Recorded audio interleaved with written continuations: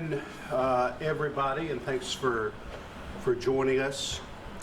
As you all know all too well at this point, we are anticipating a major and dangerous winter storm, a Super Bowl of winter storms heading our way. This is a once-in-decades event, and I need everyone in the community to take action now to help us all stay safe. Columbus Snow Warriors have been gearing up for this storm for days. We are anticipating 10 to 14 inches of snow or more. These are now snow accumulation totals we haven't seen for at least a decade. Snow will fall for 24 to 36 straight hours once it starts tonight. That means once our drivers plow our main roadways and state routes we service, we'll have to do it over again and may not be able to get to feeder or residential streets for some time. This is serious. For your safety, I urge you to take action now. If you haven't already, go pick up some groceries, cancel your plans, and stay home.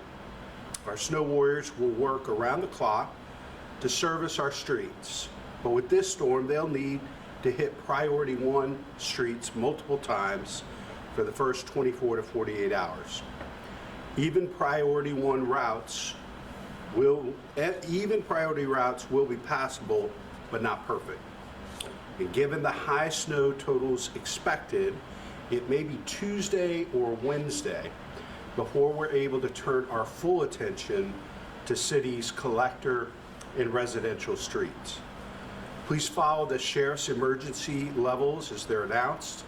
In a level 2, do not drive unless you absolutely must. In a level 3, only emergency vehicles are permitted on the roads.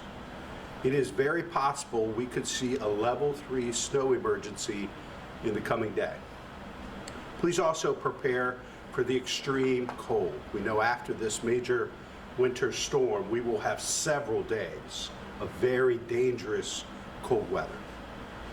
These sub-freezing temperatures, we don't want anyone out on the streets, living off the land. We don't want anyone to be turned away from shelter or our warming centers. And we've built in that capacity, and Shannon Isom from the Shelter Board will speak to that with more detail in just a few minutes with all the options available to folks. I urge anyone staying outside, please come inside. No one should be out in this deadly cold temperatures that we're expecting over the coming days. And I ask you to care for one another.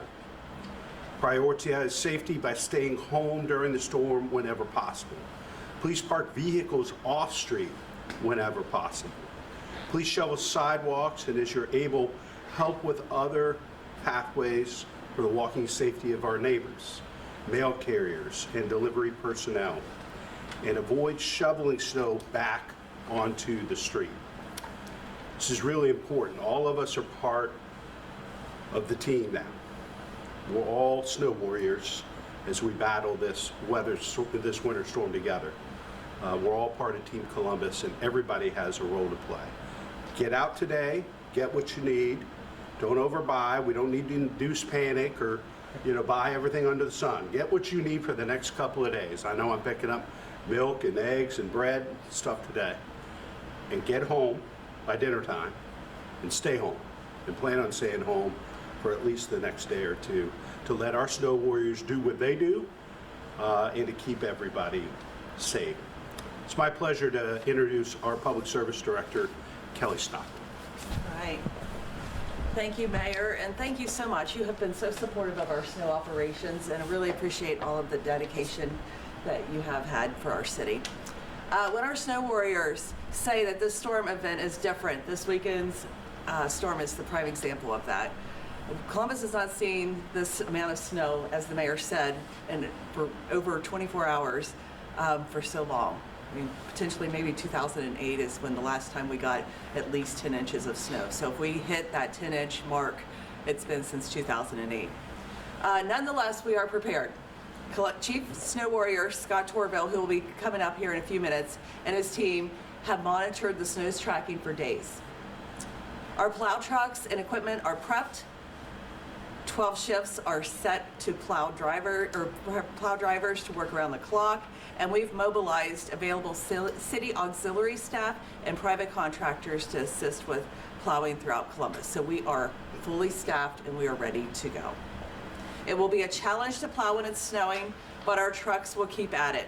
Plowing up and down the major arterial roadways and state routes we service, we'll keep it going. Once the snow stops, our plows will be able to make more headway. So let's talk about that. During the snowstorm, we might be there in front of your house with our plows. 2 hours later, you probably will not notice that we've been there. We are going to try to stay ahead of it, but we're talking 8 to 12 inches of snow. That's a lot of snow over a sustained amount of time, 36 hours potentially. So we will be over there. We'll be on multiple roads, passing multiple times, but that snow will keep coming. It will keep accumulating, so you may not see that progress. We will keep at it though. We need the community's patience. Plowing this anticipated amount of snow on a 4,600 lane miles. 4,600 lane miles is what the city of Columbus has to maintain. These city streets will take time to get cleared. We will need to ensure our main roads and state routes that carry the most traffic are made safe and passable first. So we are going to be focusing on those main streets, like a Broad Street or a High Street. Some of the state routes that we maintain, US 33, 104, State Route 315, that's a major route that we maintain as the city of Columbus. So we are going to be focusing on those main routes that get to our medical centers, that get to major employment centers. But we will also have that auxiliary staff, and we'll have that the contractors heading into our lesser traveled roads and into the neighborhoods as soon as we possibly can. So after the snow happens, or after the snow is done, that's when we're really going to need the community's patience, because we're going to keep up with the snow as much as we possibly can, but as it is snowing, it's going to continue to accumulate, and we're going to try to, get ahead of it, but that's a lot of snow we're going to be dealing with. So we it's going to take us a good 24 hours. So we're talking into Tuesday before we're really making a lot of headway with up to 12 inches of snow. The goal is to achieve this sometime Monday, as I said, but before we can pivot fully to the plowing on our collector and residential streets, that means passable, not perfect roadways.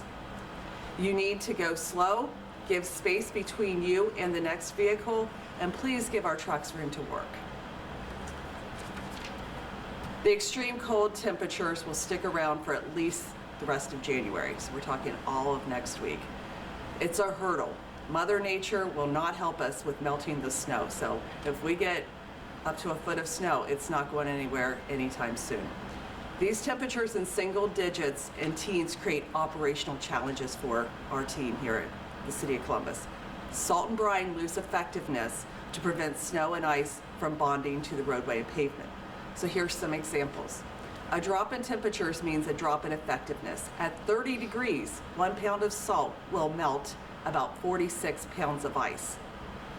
At 20 degrees, 1 pound will melt about 9 pounds of ice.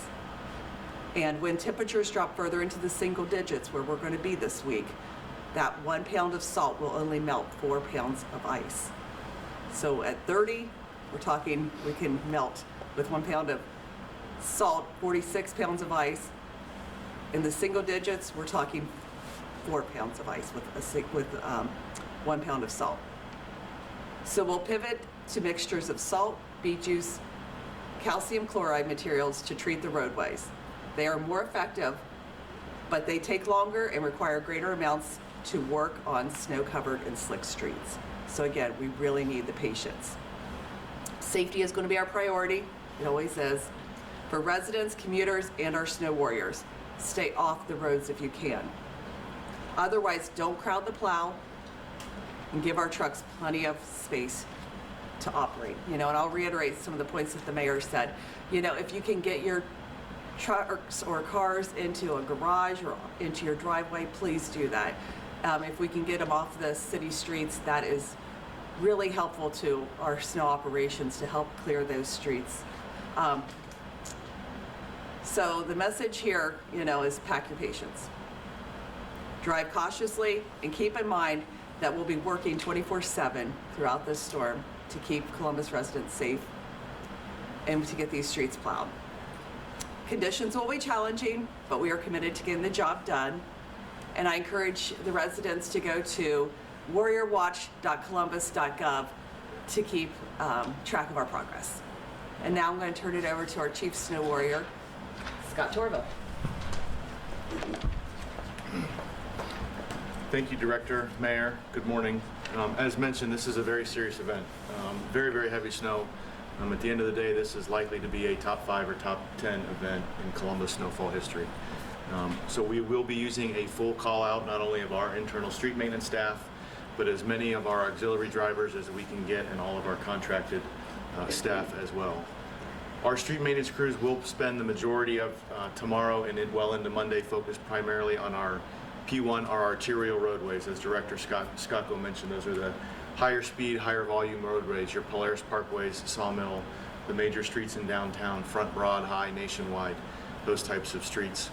Our auxiliary and contractor staff will be used to supplement those resources as well as begin services on over 3,000 miles of Priority 2 collector streets and Priority 3 local streets.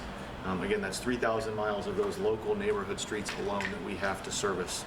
Those auxiliary staff are made up of men and women from Rec and Parks, Building and Zoning, Code Enforcement, the Department of Neighborhoods, and other groups within public service that help us drive the smaller pickup trucks that are effective in the neighborhoods. They will be out in full force, but again, with over 3,000 miles to go, long-term heavy snowfall, it will be a while before the roadways really clear up. Also need to give a shout out and a thank you to our fleet department. We couldn't do this without them, and the fact that we are able to put so many trucks on the road to service all of us and all of our residents.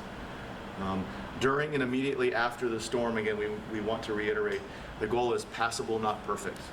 Your travel times will be impacted, the roads will be slick, the roads will not be clean for a number of hours or even days, depending on what road after the storm.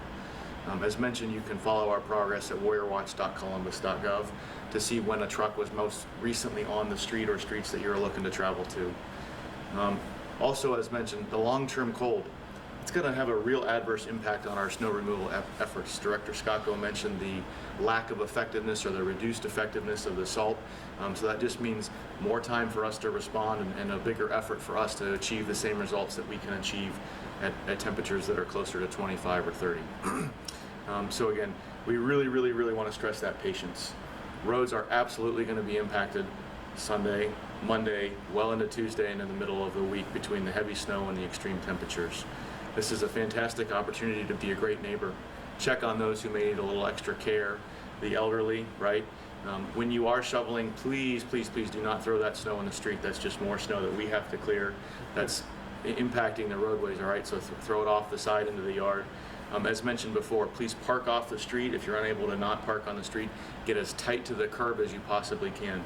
These plow trucks are very large, and it really slows us down, or it's not uncommon for us to have streets that we literally can't fit down because there's so many cars and they're parked so far away from the curb. So anything that you can do to get vehicles off the streets or as tight to the curb as possible is greatly appreciated. If you are out, please give yourself extra safe stopping distance, extra time to get to where you need to be.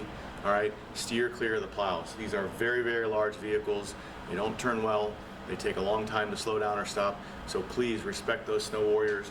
Give them plenty of space to work. And as mentioned before as well, respect the county sheriff's snow emergency levels.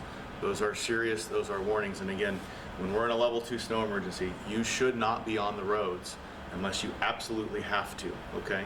So again, we really want to stress that. With that, I'm going to turn it over to Shannon Isom from the Community Shelter Board to talk more about the weather.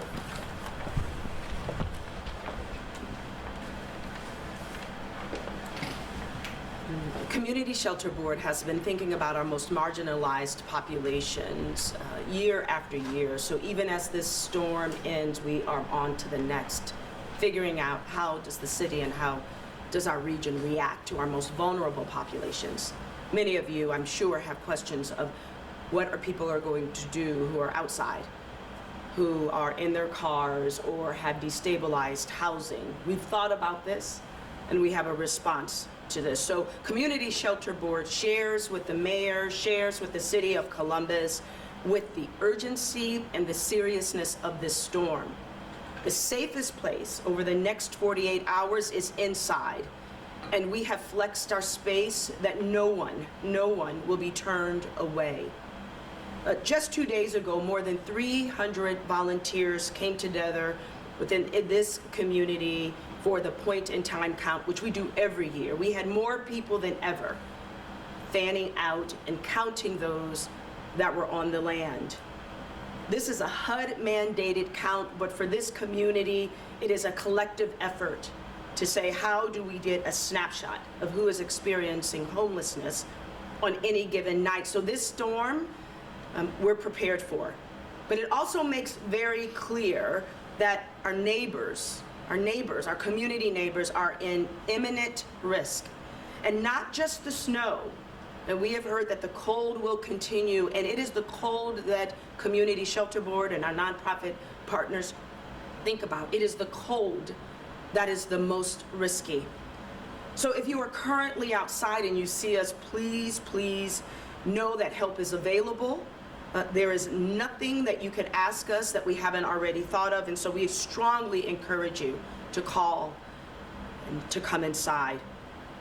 Likewise, the fastest way to get connected to our shelter or any of our resources is by calling our homeless hotline. That is on the city's website as well as the Community Shelter Board's website.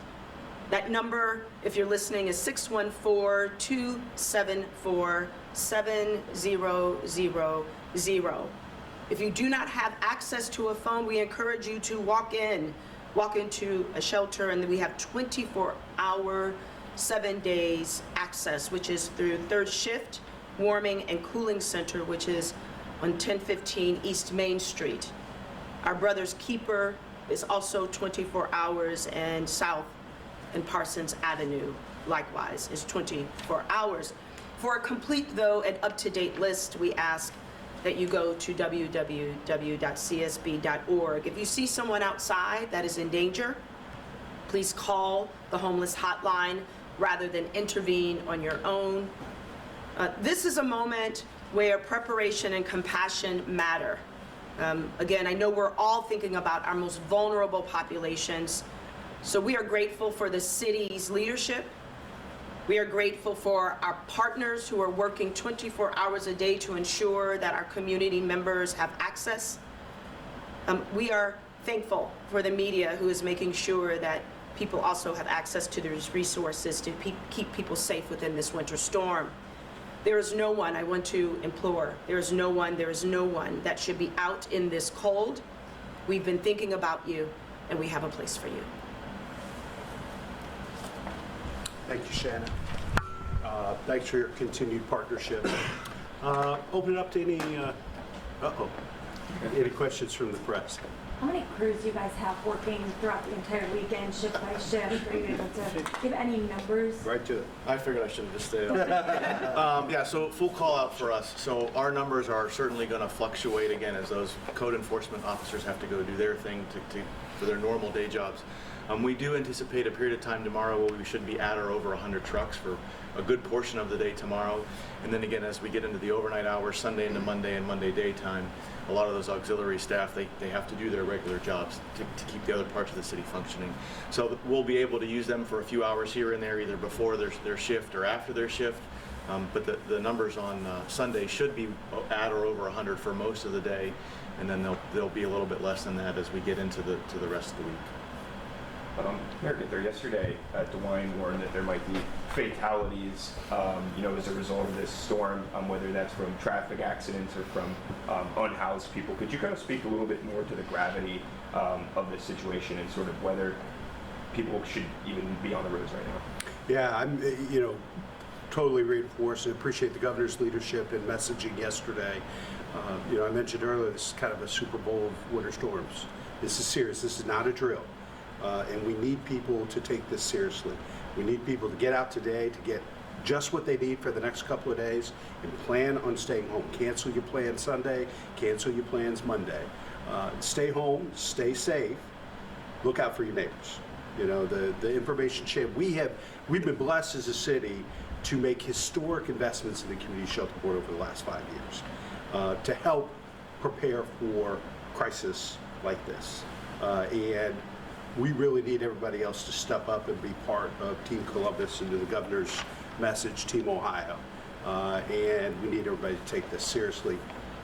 We also know that our snow warriors need space and they need time. And that's why this collective effort is so important and why we need everybody to do their part. Is anybody on staff that was on staff in 2008 went through this? We do have a few folks that were on staff in March of 2008. You know, it's a great question in terms of, okay, do we have any experience in-house? I'll tell you, we have picked their brains about that event, not just over the last week, but over the last couple of years. You know, we have always been preparing for the worst, and those preparations for snow season started in May. And so even throughout the course of a summer, we're asking ourselves, okay, are our routes good? Where are we at with our equipment and training? What are we going to do, not if, but when we get a 10, a 12, a 15-inch snow event? How can we prepare it? Okay, what did we do in 2008?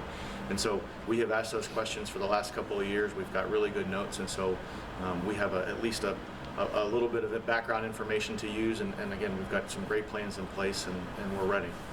I think I would add that we are prepared. We have plans in place to haul snow out of downtown if we need to. There are a few staff members that do remember having to haul snow out of downtown, so we are prepared to do that if we need to. What's the salt situation look like? We have more than enough salt, so we are well aware of some of the news out there regarding salt shortages. We are sitting on about 21,000 tons of salt. A typical season for us is about 15 to 20,000 tons of usage. So we have a full season's worth of salt. We have several orders placed that we're expecting to get delivered over the next week for a couple hundred tons here and there. And we have the ability on contract to buy several thousand more tons. So in terms of salt capacity, we have more than enough again for the entire season, and especially this event. I know that you all mentioned it's going to take some time to get to those residential neighborhoods to make sure that the main roads are clear. If there's any sort of emergency situation at someone's home, what does that process look like? Have we thought about plans on if an ambulance or police have to get to a residential area? We've had several conversations over the last couple days, and again, credit to the county EMA agencies, the National Weather Service. They do facilitate some regional calls. I was on a call yesterday with the county sheriff, some calls Thursday, Friday with Columbus Police and Fire, and we do have some procedures in place to provide them some assistance in the event that there's an issue and they're unable to get to a road. And I did sign just yesterday an emergency authorization for an additional $100,000 for our private contractors that help us with residential areas. And obviously, we're going to continue to spend whatever it takes, but just asking for people's patience. It's going to take several days, but we're going to invest in resources there, just like we're investing with the Community Shelter Board to get folks. This is dangerous. I mean, back to the question you asked before. There are resources available. We don't want people outside. And so again, use that information. If you see somebody that is outside this week in particular, please contact the Community Shelter Board to try to get some of our most vulnerable neighbors off the streets and inside where they belong. Thinking about the storm from 22, that was obviously pretty severe. You know, a lot of ice, a lot of heavy. How is this one going to compare to that one? And in kind of, you alluded to this, there might be a level 3 snow emergency. Is that something you're actively preparing for? Is that, level of, response? So I'll start by saying I'm not recalling the specific storm that you mentioned. Around Christmas time in 22, it was... Oh, you remember that snore? Oh, yes, that one. Oh yeah. My wife hasn't let me forget that one either. Love you. Yeah, so we are fully prepared. Again, we've coordinated with the sheriff on level 2, level 3. The county sheriff, myself, representatives from ODOT, Franklin County Engineer's Office. We talk early and often and throughout an entire event on coordinating and providing feedback to the sheriff on what we're seeing in regards to snow emergencies. In regards to preparations since that last event, I'd like you to know that we've made a number of improvements. We didn't have a contractor program at that point in time. And again, as Mayor Ginther mentioned, we now have funding for 14 trucks around the clock from our contractor program. That's additional 14 trucks just like that. We didn't really have an auxiliary program, and so we've grown that program. And well into yesterday evening, I was scheduling over 70 volunteers from all those other departments, rec and parks, neighborhoods, other departments within public service, code enforcement. And so that's a whole much more extra resources that we're able to bring to bear for an event like this that we did not have at our disposal just 3 or 4 years ago. I think I'd add that this is going to have quite a bit more snow than that event. Yes.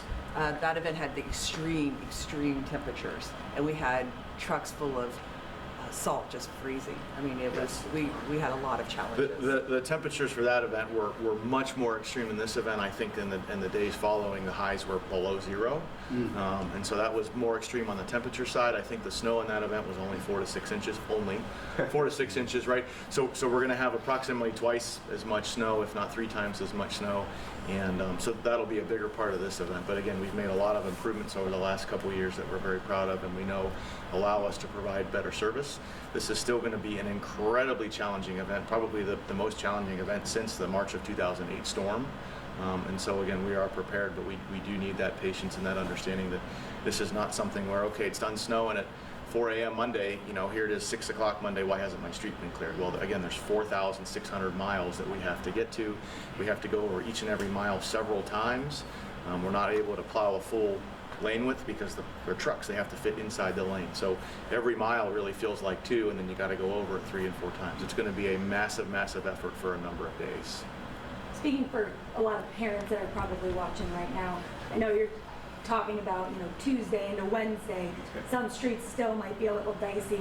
Have you guys been in communication with the schools about what to realistically plan for at all? I think we've been doing everything we can to get the message out that this is not something where the impacts are going to be cleared up and addressed, and we're going to be back to normal on Monday afternoon. I'm in regular contact. I know the team is as well with school districts, other partners, the county, suburban. There's a great deal of cooperation, regional cooperation, collaboration, and partnerships, obviously, with the states. We're going to continue to stay in contact, but I think it is, folks should start planning, that potentially there may not be school on Monday and maybe beyond that. But we're going to continue to communicate. That's obviously the district's call, and something we're going to continue to work with them on. But I think everybody ought to be making plans for a very different start to their week.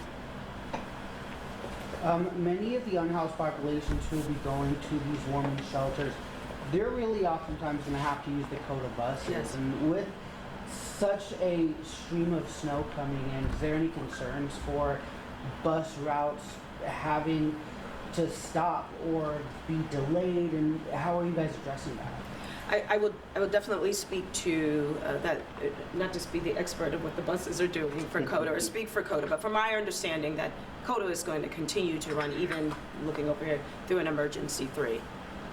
If for it though, that we have any of our unsheltered, those who are experiencing unsheltered or living on the land or living in the car and they need to get somewhere, if you call that homeless hotline, we will guarantee transportation. So transportation should not be a barrier. We're thinking about that and we understand that. It should not be a barrier. I want to just note one thing since happened in 2022 that we've also have added is that those that are experiencing elements on the land and can't get anywhere else. In 2022, we did not have a community effort. We have now a community effort that whether you're north, south, east, or west, you have access. At one point in 2022, everyone had to go to Van Buren homeless shelter. Not anymore. Not anymore. The community is a part of this. And we are now having people that would have hunkered down on the land through this storm. And so we are seeing not only a community effort, but we're seeing the right resources for people who are in need, even with transportation. So thank you for that question. And will law enforcement, like CPD or other city personnel, if they see someone out, in the inclement weather, are they gonna try and make contact with them and see if they need help or anything like that? Yeah, what we're also really grateful for, we have ambassadors out there that are working regardless of storms that are connected to the resources. We have fire and safety and others that understand and by the way, know the people that are out there. And so we have really a community of people that are connected to this effort. When we have when we have a breath that we don't have a storm, that's exactly what we're doing, making sure that our most vulnerable population isn't doing this alone.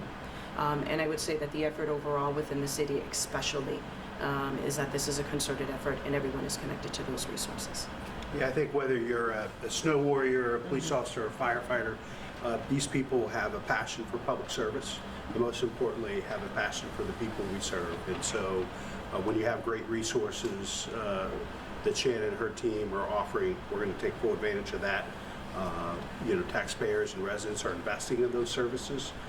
They believe protecting the most vulnerable is a top priority, and we want to make sure we're taking full advantage of that. Any other questions? We'll stick around for a few minutes if you guys have anything. Thanks, everybody, for being. Thank you. Thank you.